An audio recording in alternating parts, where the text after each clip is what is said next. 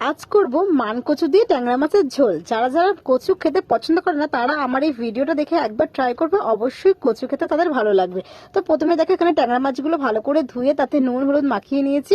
কচুগুলো বেশ ভালো করে কেটে আর মশলা সব রেডি করে নিয়েছি। মশলায় ছিল লঙ্কা, আদা, রসুন, পেঁয়াজ, টমেটো, জিরের গুঁড়ো এইগুলো। আর দেখো কড়াইতে তেল দেওয়ার পর যখন তেলটা খুব ভালো করে গরম হয়ে গেছে তখন আমি মাছগুলো এখানে ভেজে নিয়েছি। ফাইনালি আমার মাছগুলো ভাজা হয়ে গেছে।